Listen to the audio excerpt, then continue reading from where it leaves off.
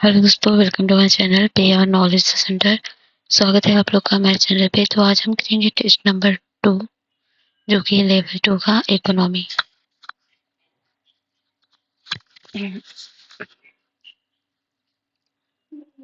तो test start करने से पहले एक काम करिए, 50 क्वेश्चन है ये, तो 50 नंबर की नंबरिंग कर लीजिए और OMR लेके बैठिए। इसमें 5 क्वेश्चन सी सेट वगैरह के होंगे, तो वो भी जरूर करिएगा। तो चलिए हम स्टार्ट करते हैं अपना टेस्ट। और हाँ, टेस्ट की PDF के लिए आप हमारे टेलीग्राम को ज्वाइन कर लीजिए, ठीक है। तो चलिए पहला क्वेश्चन की तरफ आगे बढ़ते हैं। केंद्रीय बैंक डिजिटल मुद्राओं के संदर्भ में निम्नलिखित कथनों पर विचार करें।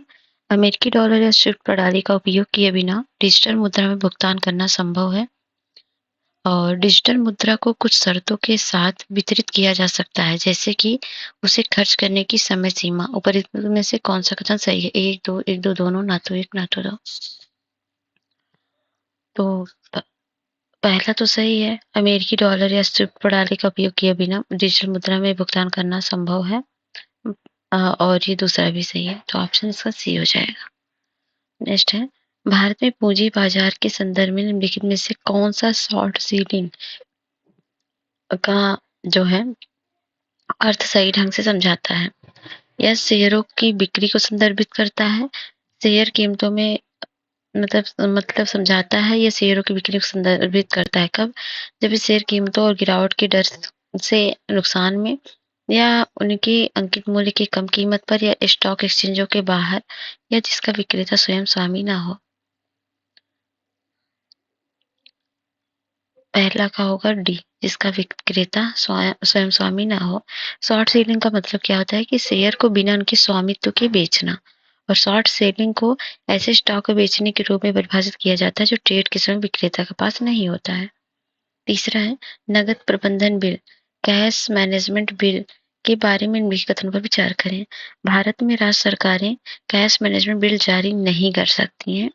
दूसरा है, अनुसूचित वाणिज्यिक बैंकों द्वारा कैश मैनेजमेंट बिल में किए गए निवेश को उनकी सांविधिक तरलता अनुपात आवश्यकताओं के अंतर्गत गिना जाएगा। उपरोक्त में से कौन सा कथन सही है? एक दो दोनों, ना तो एक ना तो दो। देखिए, नगद प्रबंधन बिल अल्पकालिक मुद्रा साधन है जो सरकार के नकदी प्रवाह में अस्थायी संतुलन को पूरा करने के लिए जारी किया जाता है। इसे 91 दिनों से कम की परिपक्वता के लिए जारी या बट्टायुक्त साधन है। और पहला जो है, राज्य सरकारें सीएम मतलब कैश मैनेजमेंट बिल जारी नहीं कर सकती, सही है। ये जो है ये केंद्र सरकार केवल जारी करती है। और अनुसूचित वाणिज्यिक बैंकों के द्वारा कैश मैनेजमेंट बिल के लिए निवेश को उनकी सावधि तरलता अनुपात में आवश्यकता के अंतर्गत गिना जाएगा, ये भी सही है, तो ऑप्शन हो जाएगा सी। नेक्स्ट है, national bank for financial infrastructure and development NaBFID के बारे में निम्नलिखित कथन विचार करें। भारत सरकार के वित्त मंत्रालय का अधीन एक सांविधिक निकाय है। और दूसरा है, यह निगमों की कार्यशील पूंजी आवश्यकताओं को पूरा करने के लिए अल्पकालिक ऋण जारी करता है। इसे वित्तीय बाजार में बांड जारी करके धन जुटाने की अनुमति है। कौन सा कथन सही? एक तीन, दो तीन, या कोई नहीं। तो national bank for financial infrastructure and development, इसकी स्थापना ये जो है किस लिए है? भारत में विशेष विकास वित्त संस्थान है। इसका उद्देश्य देश की अवसंरचना को समर्थन देना। भारत भारत सरकार के वित्त मंत्रालय का अधीन एक सांविधिक निकाय है, ये सही है। और ये दूसरा है, निगमों की कार्यशील पूंजी आवश्यकताओं को पूरा करने के लिए अल्पकालिक ऋण जारी करता है, तो गलत है। ये दीर्घकालिक ऋण जारी करता है, ना कि अल्पकालिक। और ये है, इसे वित्तीय बाजार में बांड जारी करने के धन जुटाने की अनुमति तो है, बिल्कुल सही। 1 and 3 is right, option B. पांचवा है, संयुक्त राष्ट्र ने उष्टगणों कैमेलिड्स को वैश्विक समुदाय के जीवन में उनकी महत्वपूर्ण भूमिका पर बल देने के लिए 2024 को अंतर्राष्ट्रीय उष्ण वर्ष के रूप में नामित किया है। इस संदर्भ में उष्णगणों के बारे में निम्नलिखित कथनों पर विचार करें। सभी उष्णगण जो कैमल्स होते हैं उनके बारे में, सभी उष्णगणों की पीठ पर कुबड़ होता है।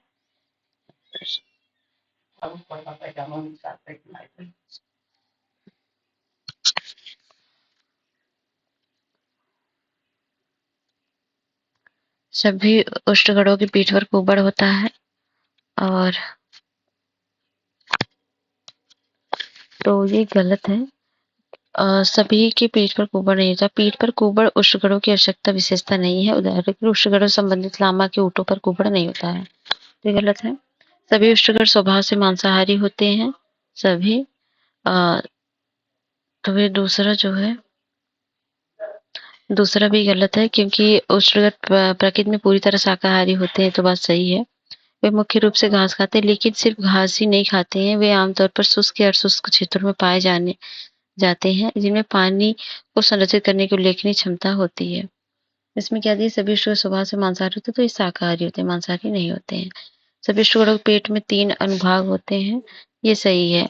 भेड़, बकरी, मवेशी, हिरण जैसे जुगाली करने वाले जानवरों के पास पेट में 4 भाग होते हैं, लेकिन ऊँट में जो है 3 भाग होते हैं, ठीक है? तो ये है सही। और जंगली उष्णकण एकांत प्रिय प्राणी है, तो ये गलत है क्योंकि आमतौर पर झुंड में पाए जाते हैं, एकांत प्रिय नहीं है जंगली। तो केवल इसमें एक ही चाहिए, तीसरा। नेक्स्ट है छठा, निम्नलिखित कथन पर विचार करें। पूर्ण रिजर्व बैंकिंग आंशिक रिजर्व बैंकिंग की तुलना में बैंक रन के विरुद्ध अधिक स्थिरता प्रदान करती है। दूसरा है, आंशिक रिजर्व बैंकिंग के विपरीत पूर्ण रिजर्व बैंकिंग में बैंकों को ग्राहकों से मांग जमा के रूप में प्राप्त धन को उधार देने की अनुमति नहीं होती है। 1-2 दोनों सही है, 2 एक की व्याख्या करता है, 1-2 दोनों सही है, 2 एक की व्याख्या नहीं करता, एक सही है, दूसरा गलत है, या एक गलत है, दूसरा सही है। ये दोनों ही सही है, व्याख्या भी सही है। आंशिक रिजर्व बैंकिंग के विपरीत पूर्ण रिजर्व बैंकों में ग्राहकों से मांग जमा के रूप में धन प्राप्त को उधार देने की अनुमति नहीं होती है, इसलिए है पूर्ण रिजर्व बैंकिंग आंशिक रिजर्व बैंकिंग की तुलना में बैंक रन के विरुद्ध अधिक स्थिरता प्रदान करती है, सही है। 7 है, गैर बैंकिंग वित्तीय कंपनियां। पहला है, बैंकिंग विनियमन अधिनियम 1949 के तहत विशेष वित्तीय संस्थान के रूप में पंजीकृत होना चाहिए। स्वयं के नाम पर चेक जारी नहीं कर सकते हैं, भुगतान और निपटान प्रणाली का हिस्सा नहीं है, मांग जमा स्वीकार नहीं कर किया जा सकता। कितने कथन सही हैं, 1, 2, 3 या सभी चारों? तो इसमें पहला जो है गलत है, बैंकिंग नियमन अधिनियम 1949 के तहत विशेष वित्तीय संस्थान रूप में पंजीकृत होना चाहिए।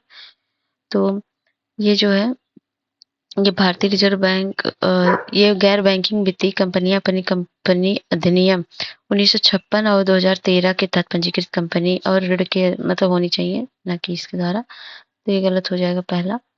और दूसरा, तीसरा, चौथा ये सही है। स्वयं के नाम पर चेक जारी नहीं कर सकते हैं, भुगतान निपटान प्रणाली का हिस्सा नहीं है, मांग जमा स्वीकार नहीं किया जा सकता, ये 3 सही है।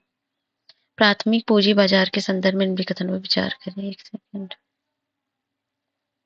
प्राथमिक पूंजी बाजार के संदर्भ में निम्नलिखित में से कौन सा उस वास्तविक राशि को संदर्भित करता है जिसके लिए कंपनी ने शेयरधारकों को शेयर जारी किए किए और शेयरधारकों द्वारा भुगतान किया है? अधिकृत शेयर पूंजी, पेड अप शेयर पूंजी, सब्सक्राइबर शेयर पूंजी या निर्गत शेयर पूंजी? तो ये होता है पेड अप शेयर पूंजी। तो विभिन्न शब्द की कंपनी द्वारा स्टॉक बाजार में शेयर जारी किया जाता है, उनके बदले में धन प्राप्त करने के विभिन्न चरण होते हैं।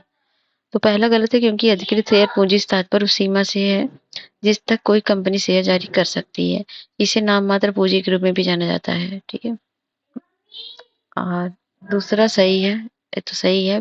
पेड अप शेयर कैपिटल से तात्पर्य उस वास्तविक राशि से होता है जिसके लिए कंपनी ने शेयर धारकों को शेयर जारी किया और शेयर धारकों द्वारा भुगतान किया गया।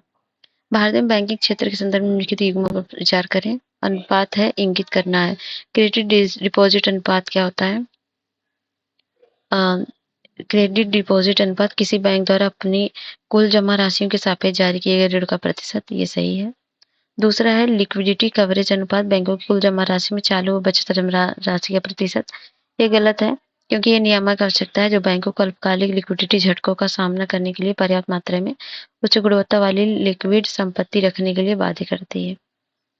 तो ये चालू खाता बचत खाता अनुपात एक अनुपात होता है जो बैंक की कुल जमा राशि में चालू और बचत खाता जमा राशि का हिस्सा दर्शाता है। यह प्रोविजनिंग कवरेज अनुपात, ये सही सम्मिलित है। वो प्रतिशत जो राशि को बैंक खराब ऋणों के कारण होने वाले वाले नुकसान को संतुलित करने के लिए अलग रखता है। तो 2 सही है, ऑप्शन बी। नेक्स्ट है, निम्नलिखित युग्मों पर विचार करना। माजुली मास्क का संबंध राज्य, ये जीआई टैग है। तो माजुली जो है 2024 में ही मिला था असम को, ओके, माजुली मास्क को। एक मुखौटा बनाने की परंपरा की सांस्कृतिक विरासत और ऐतिहासिक महत्व को मान्यता देने के लिए जीआई टैग इसको मिला है, सही है। और दूसरा है रूपा ताराकासी सिल्वर फिलाग्री उड़ीसा, तो ये भी सही है। ये चांदी की जाली होती है। और ये है रीशा टेक्सटाइल, ये ये जो है मेघालय की नहीं बल्कि त्रिपुरा की है। ये रीवा वस्त्र को भौगोलिक संकेतक दिया गया है, तो केवल दो सही है, ऑप्शन बी। गिरा हुआ है वित्त के संदर्भ में बीटा शब्द का तात्पर्य होता है विभिन्न प्लेटफॉर्म से एक परिसंपत्ति की एक साथ खरीद और बिक्री की प्रक्रिया, जोखिम बनाम लाभ को संतुलित करने के लिए पोर्टफोलियो प्रबंधन की निवेश रणनीति, एक प्रकार का प्रणालीगत जोखिम जो तब उत्पन्न होता है जब पूर्ण बचाव संभव नहीं होता है। एक संख्यात्मक मान जो समग्र शेयर बाजार में किसी शेयर के उतार चढ़ाव को आकलित करता है। तो ये होता है एक संख्यात्मक मान जो समग्र शेयर बाजार में किसी शेयर के उतार चढ़ाव को आकलित करता है। निम्नलिखित प्रकार के बैंकों पर विचार करना है। भारत में 20 से कम शाखाएं रखने वाली विदेशी बैंक है, लघु वित्त बैंक है, शहरी सहकारी बैंक है।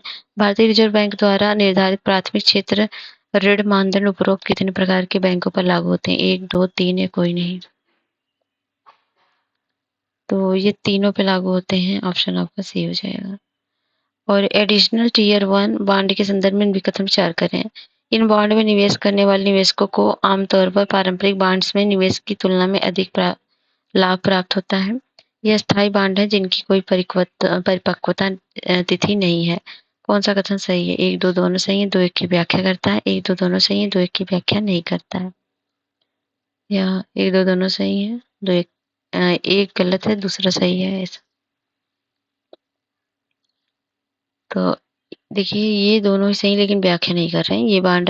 ये इस बॉन्ड में निवेश करने वाले निवेशकों को आमतौर पर पारंपरिक बॉन्ड्स में निवेश की तुलना में अधिक लाभ होता है, सही है। ये स्थायी बॉन्ड है जिनकी कोई परिपक्वता तिथि नहीं होती, ये दोनों सही है लेकिन व्याख्या उससे नहीं हो रही है। ये है 14वां क्वेश्चन। निम्नलिखित में से कौन से बेंचमार्क है जिनका उपयोग भारत में bank external benchmark best landing rate EBLR प्रणाली के तहत ऋण दरें निर्धारित करने के लिए कर सकते हैं? भारतीय रिजर्व बैंक की नीतिगत repo rate, financial benchmark India private limited द्वारा प्रकाशित 3 महीने का ट्रेजरी बिल या यील्ड अवधि, कॉर्पोरेट बॉन्ड का प्रतिफल। कौन सा कोड सही है? 1, 2, 3, 1, 2, 1, 3 या 1?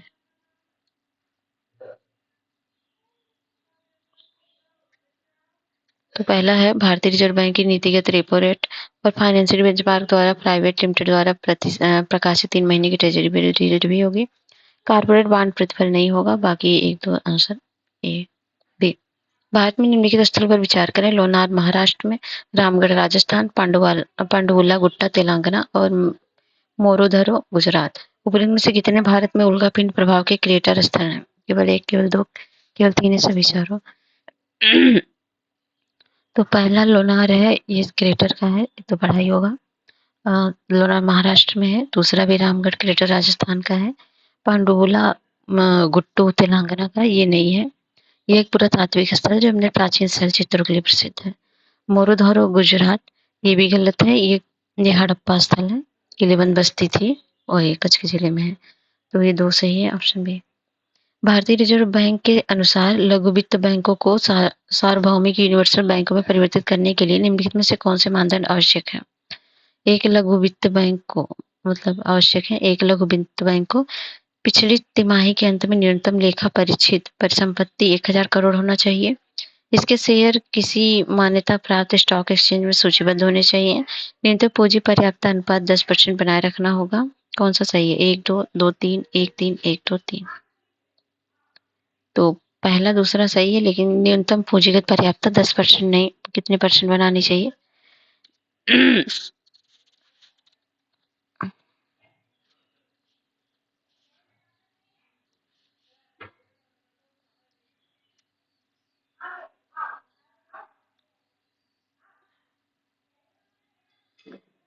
एक मिनट।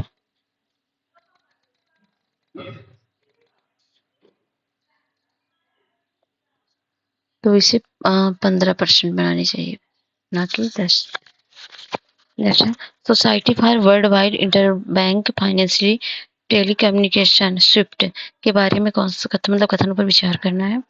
पहला है, यह एक संदेश प्रणाली है जो सुरक्षित वित्तीय लेन-देन की सुविधा प्रदान करती है लेकिन ऐसे लेन-देन का निपटान नहीं करती है।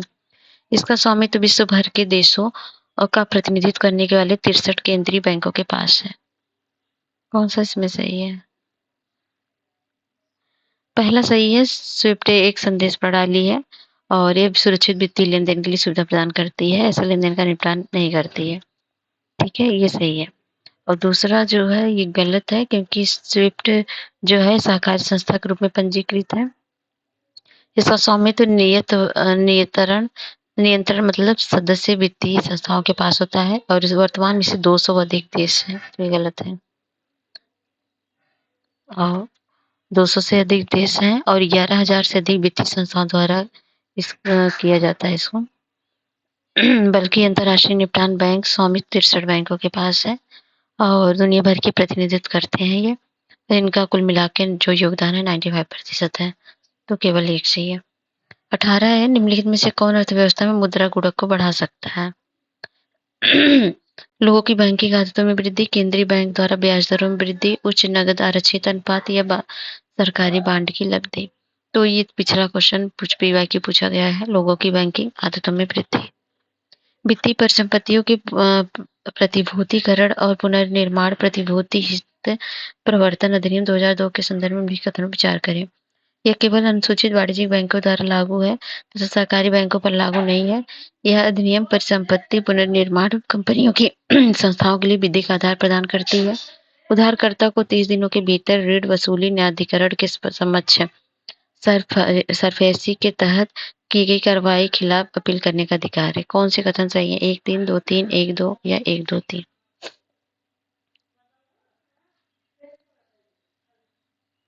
तो पहला गलत है, केवल अनुसूचित वाणिज्यिक बैंकों के लिए नहीं है। सरफेसी जो होता है अधिनियम केवल अनुसूचित वाणिज्यिक बैंकों पर लागू था, लेकिन 2013 में से सर्वोच्च न्यायालय के फैसले के बाद सहकारी बैंक तक भी बढ़ा दिया गया। बाकी दूसरा तीसरा सही है। ऑप्शन इसका हो जाएगा बी। अंतर्राष्ट्रीय न्यायालय के संदर्भ में कथन विचार करें। यह संयुक्त राष्ट्र का एक प्रमुख अंग है। ICJ जो होता है न्यायाधीश अपना कार्यकाल समाप्त होने के बाद पुनः चुनाव के लिए पात्र नहीं होते हैं। ICJ न्यायाधीश अपनी अपनी राष्ट्रीय सरकारों के प्रतिनिधि नहीं होते हैं। 1-2 सही है, 2-3 या 1-3 या 1-2-3 सही है।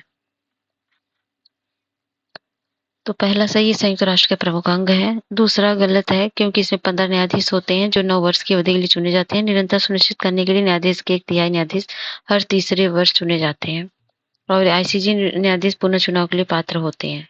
तो ये तीसरा सही है। बाकी ऑप्शन हो जाएगा 1 और 3 सी। नेक्स्ट है, भारत में अंतिम ऋणदाता के रूप में केंद्रीय बैंक का कार्य आमतौर पर निम्नलिखित में से किससे संबंधित है? जब व्यापारी एक उद्योग निकाय अन्यत्र स्रोतों से उधार लेने में असफल होते हैं तो उन्हें उधार देना, अस्थायी संकट से जूझ रहे बैंकों को तरलता उपलब्ध कराना, बस्ती घाटे के वित्त पोषण के लिए सरकारों को ऋण देना। कौन सा कथन सही है? तो पहला तो गलत है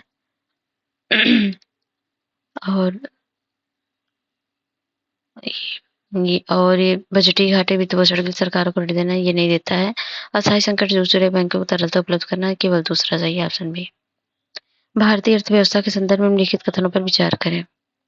इसमें है जनता के पास मुद्रा, बैंकों में मांग जमा, बैंकों को सावधि जमा, बैंकों द्वारा जारी जमा प्रमाण पत्र, अंतर्राष्ट्रीय मुद्रा कोष जैसी अंतर्राष्ट्रीय एजेंसियों की RBI के पास जमा राशि। ये ऊपर में से कितने व्यापक मुद्रा मतलब M3 जो होता है मौद्रिक समुच्चय के अंतर्गत आते हैं? या M1 M2 M3 पढ़ा होगा? एक बार आप कमेंट बॉक्स में बताइएगा इसका क्या क्या आते हैं इसमें। तो ये सभी होगा M3 में। रिजर्व बैंक एकीकृत लोकपाल योजना 2021 के संदर्भ में कथन विचार करें। इसका उद्देश्य RBI द्वारा विनियमित संस्थाओं के विरुद्ध ग्राहकों की शिकायतों का निःशुल्क निवारण करना है। क्रेडिट सूचना कंपनियां इस योजना के दायरे में आती हैं। ऊपर में से कौन सा कथन सही है? 1-2, 1-2 दोनों, ना तो 1 ना तो 2। तो दोनों ही सही है। Option C. अनिवासी बाह्य NRE खाते के संदर्भ में कथन विचार करें। यह अनिवासी भारतीयों के लिए विदेश से प्राप्त आय को जमा करने की सुविधा है। खाते में जमा और निकासी केवल विदेशी मुद्रा की में ही की जा सकेगी। NRE खातों के अंतर्गत अनिवासी भारतीय केवल सावधि जमा खाता ही खोल सकते हैं। कौन से कथन सही है? 1-1-2, 2-3 या 1-2-3? तो केवल पहला सही है, अनिवासी भारतीयों के लिए विदेश से प्राप्त आय को जमा करने की सुविधा है। और दूसरा गलत है, क्योंकि इसमें जो है इसमें जमा अनुमत विदेशी मुद्रा में किया जाता है, लेकिन निकासी भारतीय मुद्रा में की जा सकती है। तो ये गलत है। और ये एनआरई के खाते के अंतर्गत अनिवासी भारतीय केवल सावधि जमा खोल सकते हैं, ये भी गलत है। इसमें जो है जमा अनुबंध जो है, इसमें केवल सावधि जमा खातों तक सीमित नहीं है ये, चालू वगैरह में भी है, तो ये केवल एक ही सही है। हाल ही में भारतीय रिजर्व बैंक ने 2022-23 के लिए पंचायती राज संस्थाओं के वित्त पर एक रिपोर्ट जारी की है। इस संदर्भ में पंचायतों के राजस्व के निम्नलिखित स्रोतों पर विचार करें। गैर कर राजस्व, गैर राजस्व, केंद्र सरकार से अनुदान और राज्य सरकार से अनुदान। पंचायती राज संस्थाओं कुल औसत राजस्व में उनकी हिस्सेदारी के संदर्भ में कौन सा कतई घटता हुआ क्रम है? हिस्सेदारी के क्रम में, तो इसमें पहले आपका जो है केंद्र सरकार का अनुदान, फिर है राज्य सरकारों का, फिर गैर राजस्व, फिर कर राजस्व। तो एक बार इसको देख लीजिएगा आप। केंद्र सरकार का अनुदान है, फिर राज्य सरकारों का, फिर गैर कर राजस्व का, फिर कर राजस्व। नेक्स्ट है, भारत में शहरी सहकारी बैंकों के संदर्भ में निम्नलिखित विचार करें। उन्हें बैंकिंग परिचालन शुरू करने के लिए आरबीआई लाइसेंस प्राप्त करने से छूट दी गई। वे इक्विटी शेयर और वरीयता शेयर जारी कर सकते हैं। उन्हें कृषि प्रयोजनों के लिए धन उधार देने की अनुमति नहीं है। कौन सा कथन सही है? 1-3-2 या 2-3 या 1-2? तो वे उन्हें बैंकिंग परिचालन शुरू करने के लिए आरबीआई से लाइसेंस प्राप्त करने की छूट है, तो ये जो है गलत है। उन्हें राज्य सरकार के सहकारी समिति अधिनियम के तहत बहुराज्य सहकारी समिति अधिनियम 2000 के तहत पंजीकृत है, यदि वह एक से अधिक राज्य में काम करते हैं। तो ये तो गलत हो। दूसरा सही है, इक्विटी शेयर और वरीयता शेयर जारी कर सकते हैं। उन्हें कृषि प्रयोजनों के लिए धन उधार लेने की अनुमति नहीं है, तो है, ठीक है, तो ये गलत हो जाएगा। तो केवल दूसरा सही है। 27, प्रधानमंत्री मुद्रा योजना के संदर्भ में निम्नलिखित कथन पर विचार करें। इनका उद्देश्य लघु और सूक्ष्म व्यवसायों को 1 करोड़ तक के संपार्श्विक मुक्त ऋण की सुविधा प्रदान करना है। इस योजना के तहत वाणिज्यिक बैंकों को कृषि क्षेत्र को न्यूनतम 25% ऋण उपलब्ध कराना अनिवार्य है। इस योजना के अंतर्गत ऋण वाणिज्यिक बैंकों और गैर वाणिज्यिक वित्तीय कंपनियों दोनों जारी किया जा सकता है। कौन सा कथन सही है? 1-2 या 1-3 या 3? तो पहला गलत है। इनका उद्देश्य लघु देखिए, प्रधानमंत्री मुद्रा योजना छोटे सूक्ष्म व्यवसायों को उनकी फंडिंग जरूरतें और विकास के चरण के आधार पर 4 श्रेणियों में बांटी गई है। तो इसमें लघु और सूक्ष्म को 1 करोड़ तक के संपार्श्विक नहीं है। हाँ, इसमें 20 लाख का है, ना कि 1 लाख। इस योजना के तहत वाणिज्यिक बैंकों को कृषि ऋण का 25% ऋण उपलब्ध कराना अनिवार्य है, तो गलत है। इसमें यह योजना मुख्य रूप से विनिर्माण, व्यापार और सेवाओं सहित गैर कृषि क्षेत्रों को सूक्ष्म और उद्यम का समर्थन करती है, तो केवल कृषि को नहीं है। इस योजना के अंतर्गत ऋण वाणिज्यिक बैंकों और गैर वित्तीय कंपनियां दोनों द्वारा जारी किया जा सकता है, तो ये सही है। तो केवल एक ही सही है, ऑप्शन डी। भारतीय रिजर्व बैंक आरबीआई अर्थव्यवस्था मुद्रास्फीति को नियंत्रण करने के लिए विभिन्न मौद्रिक नीति उपकरणों का उपयोग करता है। इस संदर्भ में निम्नलिखित कथनों पर विचार करें। मौद्रिक नीति साधन है, विवरण है, मुद्रास्फीति को नियंत्रण करने के लिए आरबीआई का दृष्टिकोण है। रेपो रेट है वह ब्याज दर जिस पर आरबीआई वाणिज्यिक बैंकों को संपार्श्विक रखकर धन उधार देता है, इससे वृद्धि होती है। क्या सही है? बिल्कुल सही है। और रिवर्स रेपो रेट जो होता है वह ब्याज दर जिस पर बैंक अपनी धनराशि संपार्श्विक आवश्यकता के साथ आरबीआई के पास जमा करते हैं। इसमें आरबीआई अपने धन जमा करने की अनुमति देता है। तो रिवर्स रेपो रेट में क्या होता है,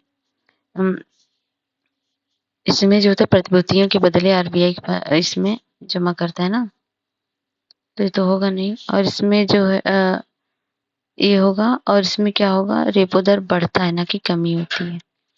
और है बैंक दर जो है वह ब्याज दर जिस पर आरबीआई वाणिज्यिक बैंकों को बिना कोई संपार्श्विक रखे ऋण देता है, सही है। अब वृद्धि होती है, भी सही है।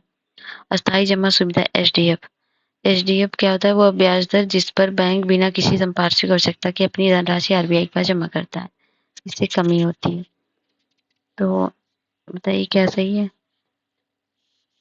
तो देखिए एचडीएफ जो होता है इससे कमी नहीं वृद्धि होती है, तो ये भी गलत हो गया। केवल 1 और 3 सही है, मतलब 2 ऑप्शन। ऑप्शन ऑपरेशन ट्विस्ट के संदर्भ में कथन विचार करें। ऑपरेशन ट्विस्ट के माध्यम से आरबीआई का लक्ष्य दीर्घकालिक सरकारी बांड पर ब्याज दरों को कम करना है। आरबीआई ने ऑपरेशन ट्विस्ट में अल्पकालिक सरकारी बांड की एक साथ खरीद और दीर्घकालिक सरकारी बांड की बिक्री शामिल है। उपयुक्त कथनों के संदर्भ में निम्नलिखित में से कौन सा कथन सही है? ये तो कथन कारण वाला है।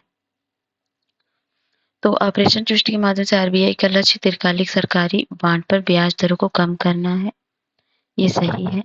और आरबीआई ने ऑपरेशन ट्विस्ट में अल्पकालिक सरकारी बांड की एक साथ खरीद और दीर्घकालिक सरकारी बांड का बिक्री शामिल है, तो ये गलत है क्योंकि इसमें दीर्घकालिक ब्याज दरों को कम करने के लिए दीर्घकालिक सरकारी बांड की एक साथ खरीद और तरलता बनाए रखने और अल्पकालिक दरों को नियंत्रित करने के लिए अल्पकालिक बांड की बिक्री शामिल होती है।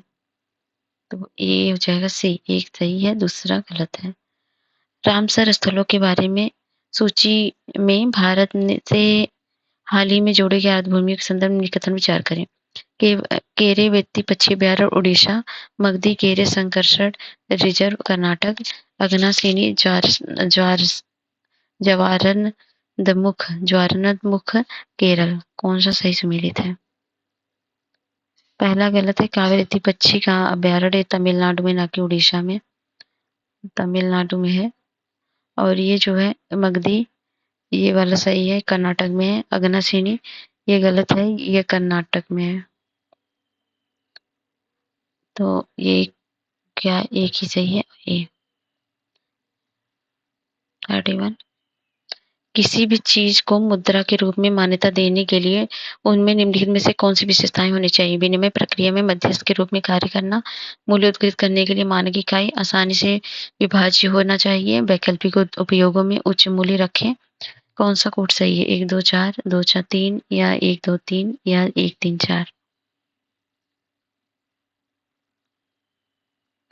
तो ये विनिमय प्रक्रिया के मध्यस्थ के रूप में कार्य करना, मूल्य उद्धृत करने के लिए मानक इकाई आसानी से विभाज्य होना चाहिए, वैकल्पिक उपयोग में उच्च मूल्य रखें, तो ये गलत होगा। तो वो 1 2 3 सही है। नेक्स्ट है कर्ब ट्रेडिंग। आधिकारिक ट्रेडिंग समय के बाद एक्सचेंजों के दायरे से बाहर होने वाली ट्रेडिंग गतिविधि होती है। बताइए क्या सही है? कर्ब ट्रेडिंग बिल्कुल सही है। और शेयर वारंट क्या होता है? यह निवेश रणनीति जिसमें कम ब्याज दर वाली मुद्रा में धन उधार लिया जाता है, उससे प्राप्त राशि को अन्यत्र अधिक लाभ देने वाली परिसंपत्ति पुनर्निवेशित किया जाता है। तो ये गलत है। शेयर वारंट सार्वजनिक सीमित कंपनियों द्वारा धन जुटाने के लिए जारी किए जाते हैं और खरीदारों को भविष्य की तारीख पर एक विशेष मूल्य पर शेयर खरीदने के अधिकार देते हैं। गलत है। कैरी ट्रेड वे संस्थाएं जो खरीदारों को भविष्य में किसी विशिष्ट कीमत पर किसी कंपनी के शेयर खरीदने का अधिकार देती है। ये भी गलत है क्योंकि कैरी ट्रेड्स का तात्पर्य ऑपरेशन, एक ऐसे ऑपरेशन है जिसमें निवेशक कम ब्याज दरों वाली मुद्रा में उधार लेता है और आय को कहीं और अधिक लब्धि वाली परिसंपत्ति में पुनर्निवेशित करता है। केवल एक सही है। भारतीय रिजर्व बैंक के संदर्भ में कथन विचार करें। स्मारक सिक्के जारी करती है, विदेशी मुद्रा भंडार से संबंधित आंकड़ों का संग्रह और संकलन, भारत में सभी मर्चेंट बैंकों को विनियमित करना और नेफ्ट प्रणाली का संचालन। ऊपर में से कितने कार्य भारतीय रिजर्व बैंक के हैं? तो पहला तो नहीं है, ये सिक्के तो नहीं जारी करता है। आरबीआई 1934 आरबीआई जो है 2 रुपए और से अधिक मूल्य के करेंसी नोट जारी करता है और भारत सरकार स्मारक सिक्कों सहित सिक्कों के लिए जारी करने वाली प्राधिकारी है। भारतीय रिजर्व बैंक उन्हें प्रचलन में लाता है। और ये दूसरा सही है, विदेशी मुद्रा भंडार संबंधी आंकड़ों का संग्रह। और तीसरा गलत है, मर्चेंट बैंक करता है ये। मर्चेंट बैंक को भारतीय प्रतिभूति विनिमय बोर्ड सेबी द्वारा विनियमित किया जाता है।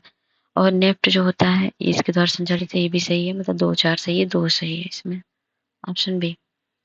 निम्नलिखित वित्तीय साधनों पर विचार करें। ऑप्शन स्वैप, वाणिज्यिक पत्र, फ्यूचर्स और फॉरवर्ड। ऊपर इनमें से कितने डेरिवेटिव्स उत्पन्न के उदाहरण है? एक मतलब 2 3 4 5। तो इसमें पहला है ऑप्शंस है, दूसरा है स्वैप और तीसरा है गलत है, वाणिज्यिक पत्रों को डेरिवेटिव नहीं माना जाता है, ये गलत है। फ्यूचर्स है और ये भी है, मतलब 4 सही है, ऑप्शन सही। निम्नलिखित में से कौन सा कथन हाल ही में समाचारों में देखे गए शब्द जूस चेकिंग को सही ढंग से समझाता है। ये एक प्रकार का साइबर हमला है जिसमें ईमेल के माध्यम से पीड़ित को उनकी संवेदनशील जानकारी साझा करने के लिए लुभाया जाता है। ये साइबर हमले का एक रूप है जिसमें हैकर संसाधनों और बैंडविड्थ को समाप्त करने के लिए सर्वर या नेटवर्क पर नकली ट्रैफिक की बाढ़ ला देता है। यह साइबर हमले का एक रूप है जिसमें हैकर्स जो होता है सार्वजनिक यूएसबी चार्जिंग पोर्ट का उपयोग करके कनेक्टेड डिवाइसेस से डेटा चुराता है। यह एक प्रकार का साइबर हमला है जो उपयोगकर्ताओं को अपना सिस्टम तक पहुंचने से रोकता है और सीमित करता है। तो ये सी हो जाएगा। ये साइबर हमले का एक रूप है जिसमें हैकर्स को सार्वजनिक यूएसबी चार्जिंग पोर्टल का उपयोग करके कनेक्टेड डिवाइसेस से डेटा चुराता है। भारत में कॉर्पोरेट बांड के संदर्भ में निकटतम विचार करें। जब कोई व्यक्ति कॉर्पोरेट बांड खरीदता है तो उसे जारी करने वाली कंपनी में आंशिक स्वामित्व प्राप्त होता है। जैसे जैसे बाजार ब्याज दर बढ़ती है, आमतौर पर कॉर्पोरेट बांड पर प्रतिफल भी बढ़ता है। भारत के बाहर निगमित कोई कंपनी भारत में कॉर्पोरेट बांड जारी नहीं कर सकती। 1 2 सही, 1 3 सही है, 2 3 सही है, 1 2 3 सही है। तो ये पहला गलत है। जब कोई व्यक्ति कॉर्पोरेट बांड खरीदता है तो उसे जारी करने वाली कंपनी में आंशिक स्वामित्व प्राप्त होता है, ये गलत है। बाकी दूसरा सही है, तीसरा सही है, ऑप्शन हो जाएगा सी। नेक्स्ट है भारत में डिजिटल भुगतान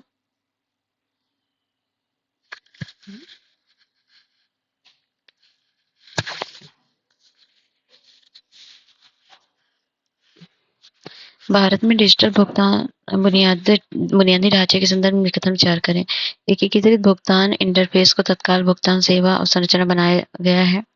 UPI light x internet connectivity के बिना ऑफलाइन भुगतान की अनुमति देता है। यूपीआई 123 पे फीचर फोन के लिए एक त्वरित भुगतान प्रणाली है जो प्रतिदिन 5,000 रुपए की लेन-देन सीमा की अनुमति देता है। कौन सा कथन सही है? 1 2 1 3 2 3 या 1 2 3?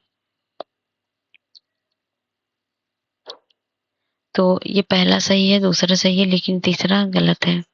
क्यों गलत है? क्योंकि यूपीआई जो होता है फीचर फोन यूपीआई 123 पे पर यूपीआई भुगतान की प्रति लेन देन सीमा 5,000 रुपए है। ठीक है,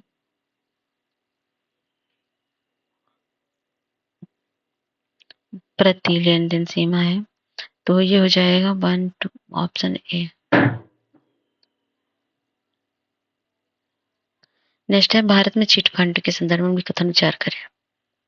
चिट फंड, ठीक है, यह एक प्रकार का संयोजित कोष है जिसमें सदस्य समय समय पर कोष में अंशदान कर सकते हैं।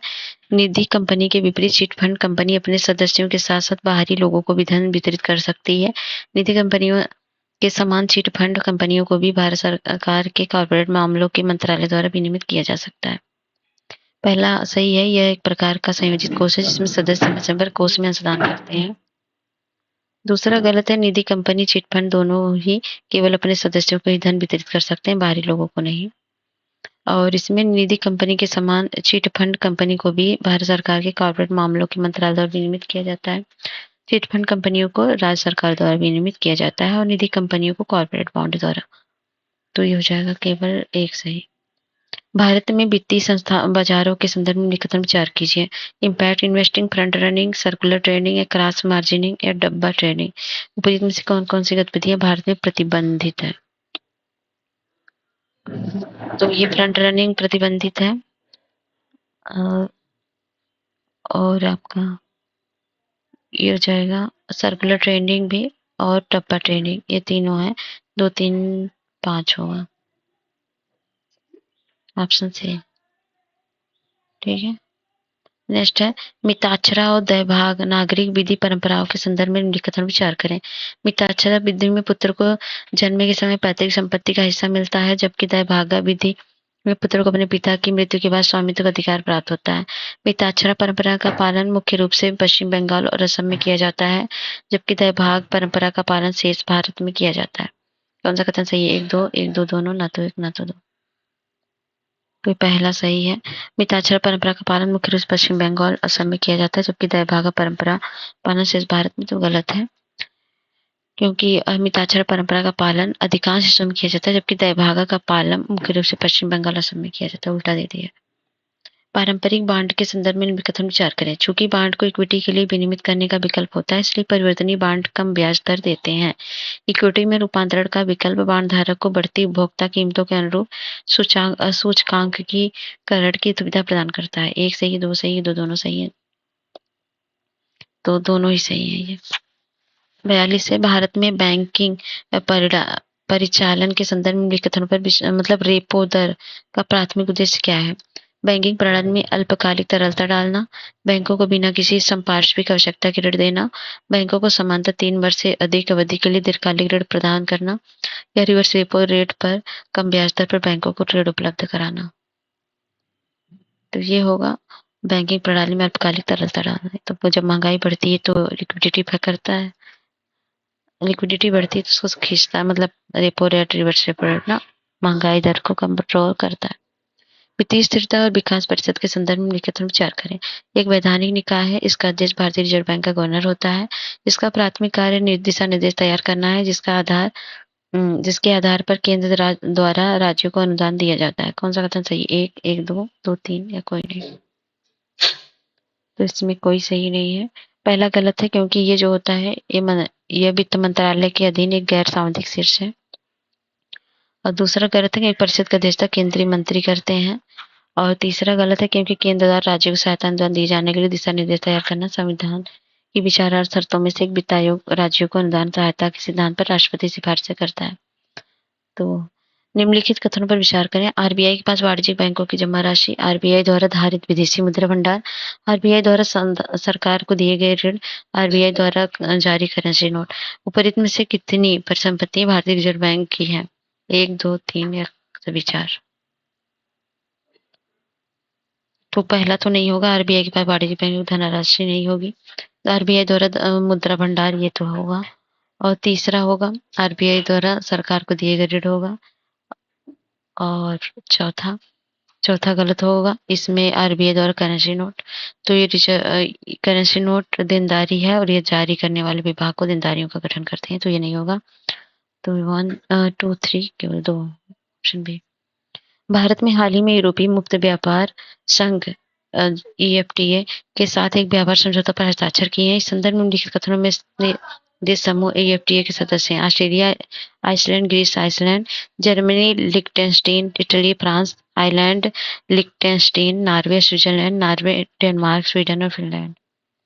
तो ये हो जाएगा आइसलैंड, लिechtenstein, नॉर्वे और स्विट्जरलैंड। अब आ गया है सीसेट का क्वेश्चन, ठीक है।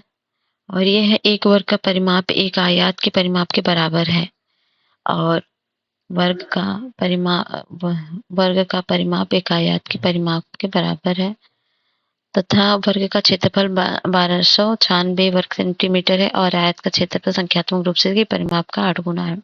आयत की लंबी भुजा और छोटी भुजा का अनुपात क्या होगा? तो इसका कैलकुलेशन आप कर लीजिएगा। अगर नहीं आएगा तो मुझसे पूछिएगा, मैं टेलीग्राम पे इसको सोल्यूशन प्रोवाइड करूंगी, ठीक है। इसका हो जाएगा आंसर 2:1, ठीक है। आप मुझसे पूछिएगा, मैं कमेंट बॉक्स वहां बताऊंगी आपको टेलीग्राम पे, ठीक है। दो प्राकृतिक संख्या m और n इस प्रकार है कि उनका गुणनफल उनके योग के 7 गुना के बराबर है। यदि m बड़ा है 7 से तो n के संभावित मानों की संख्या ज्ञात कीजिए। 1, 2, 3 या अनंत होगा। तो इसका आंसर हो जाएगा 3, ठीक है। आप इसको सॉल्व करिएगा, मैं इसका सोल्यूशन टेलीग्राम पे प्रोवाइड करूंगी। यदि किसी निश्चित कोड के भाषा रोहन को इस ऐसे लिखा गया है तो सभी उसी कोड में किरण को कैसे लिखा जाएगा? रोहन को ऐसे लिखा गया है। रोहन मतलब रोहन आर जो होता है वो होता है 18। तो 18 हो गया ना, तो इसको जोड़ दिया, ए से 1 1 सेपरेट कर दिया, तो 9 लिख दिया इसको, ठीक है। और ओ का कितना? ओ का 15 होता है, 15 होता है, 1 5 कितना हो जाता है? 6, यहाँ 6 लिख दिया है इन्होंने। फिर एच का कितना होता है? एच का 8 होता है, तो 8 ही लिख दिया है। और उसके बाद ए का 1 होता है, तो 1 ही लिखा है। एन का क्या होता है? एन का होता है 14, तो 14 को 1 4 5 करके लिख दिया, इस तरह से लिखा है। तो किरण का कैसे हो जाएगा? के का क्या होता है? के का 11 होता है, मतलब 1 1 2 हो जाएगा। आई का क्या होता है? आई का 9 होता है। और आर का जो होता है, आर का भी 9 हो जाएगा। क्योंकि अभी देखा ना आर का 1, 8, 9, तो इस तरह से इसका पूरा कर लीजिएगा। इसका आंसर हो जाएगा 2, 9, 9, 1, 5। और ये है गद्यांश। सकारात्मक कार्रवाई की शुरुआत पर अल्पसंख्यक समूहों के खिलाफ लंबे समय से चले आ रहे भेदभाव के प्रभाव के लिए एक सरकारी उपाय के रूप में हुई। और इसमें ऐसी नीतियां, कार्यक्रम और प्रक्रियाएं शामिल हैं जो नौकरियों की भर्ती, उच्च शिक्षा संस्थाओं में प्रवेश, सरकारी अनुबंधों के पुरस्कार और अन्य सामाजिक लाभों में अल्पसंख्यकों महिलाओं को वरीयता देती है। सकारात्मक कार्रवाई के लिए सामान्य मानदंड जाति, विकलांगता, लिंग, जाति, मूल और आयु है। निम्नलिखित में से कौन सा कथन, एक बार पढ़ लीजिए अच्छे से पॉज करके, ठीक है, फिर आंसर देखिएगा। निम्नलिखित में से कौन सा कथन सबसे तार्किक और विवेकपूर्ण निष्कर्षों को सर्वोत्तम रूप से दर्शाता है? तो गद्यांश निकाला जा सकता है। तो अल्पसंख्यक समूहों के शैक्षिक और रोजगार के अवसरों में बड़े पैमाने पर सरकारी नीतियों द्वारा सुधार किया जाता है जो उन्हें अधिमान्य उपचार देते हैं। सकारात्मक कार्रवाई अल्पसंख्यकों को उनकी जाति, विकलांगता, लिंग और आयु के आधार पर अधिमान्य उपचार की गारंटी देती है। सकारात्मक कार्रवाई अल्पसंख्यक समूहों और महिलाओं के लिए रोजगार या शैक्षिक अवसरों में सुधार करने का एक सक्रिय प्रयास है।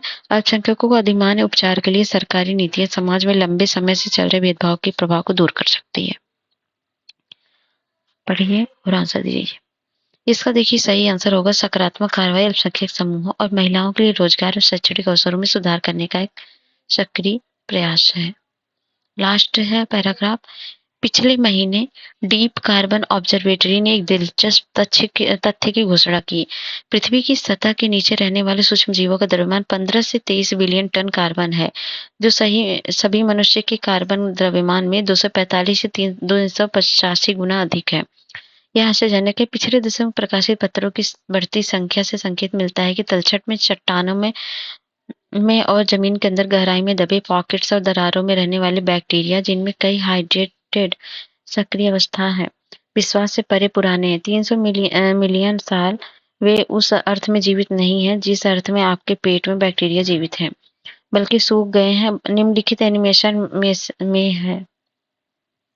संक्षेप में, पृथ्वी की पपड़ी निष्क्रिय प्राचीन बैक्टीरिया में से सब घटिया लगती है जो बिजली बचत मोड में खड़ी है। एक बार इसको पढ़िए, साइंस का है क्वेश्चन। और इसमें देखते हैं निम्नलिखित में से कौन सा कथन सबसे तार्किक और विवेकपूर्ण निष्कर्ष को दर्शाता है जो गद्यांश से निकाला जा सकता है। कई शोध पत्रों ने दावा किया है कि पृथ्वी के अंदर 300 मिलियन वर्ष पुराने सूक्ष्म जीव का एक अद्भुत समूह मौजूद है जो किसी भी क्षण जीवित हो सकते हैं। क्या ऐसा परिच्छेद में कहा गया है? नहीं। डीप कार्बन ऑब्जर्वेटरी ने एक चौंकाने वाली घोषणा में कहा है कि भूमिगत सूक्ष्म जीवों का द्रव्यमान उनकी आयु सभी मनुष्य की तुलना में सैकड़ों गुना अधिक है। आयु की बात तो की नहीं गई। और पृथ्वी के अंदर सूक्ष्म जीव लगभग मृत अवस्था में अमरता की ओर बढ़ते हैं, लेकिन वे थोड़े जीवित रहते हैं और क्षण भर में पुनर्जीवित होने के लिए तैयार रहते हैं। यही है सही। पृथ्वी के अंदर प्राचीन जीवाणुओं का एक अद्भुत समूह है जो लाखों वर्षों के बाद जीवित होने के लिए तैयार है, तो ये नहीं है। तो इसी सही है क्योंकि विकल्प सूक्ष्म जीवों को लगभग मृत लेकिन थोड़ा जीवित के रूप में वर्णित करने में लक्षणिक रूप से सही है, लेकिन यह गद्यांश के महत्वपूर्ण पहलू को याद दिल करता है। और पृथ्वी के अंदर सूक्ष्म जीवों का अद्भुत द्रव्यमान है, जहाँ कहता है क्योंकि गद्यांश इन सूक्ष्म जीवों की विशाल संख्या और स्थिति दोनों पर जोर देता है, इसलिए यह विकल्प अधूरा है। इसलिए विकल्प से तो गलत था, ये नहीं होगा। ये डी ही है, डी ही है, सॉरी, क्योंकि डी यहाँ पर किया है ना, यहीं पर कुछ कहा गया है। ठीक है, देखिए बल्कि ये सूख गए निलंबित एनिमेशन में है, मतलब ये फिर से उठ सकते हैं, जी सकते हैं, फिर एक्टिवेट हो जाएंगे, तो यही हो जाएगा ऑप्शन डी। ठीक है, बाकी टेलीग्राम में ज्वाइन हो जाएगा, पीडीएफ वहाँ पर आपको मिल जाएगा। और वीडियो कैसा लगा अपना फीडबैक भी कमेंट बॉक्स में जरूर दीजिए, ठीक है, और थोड़ा शेयर करिए ताकि हम इस तरह की वीडियो आपके लिए ला सकें। ठीक है, तो मिलते हैं नेक्स्ट वीडियो, तब तक जय हिंद, जय भारत।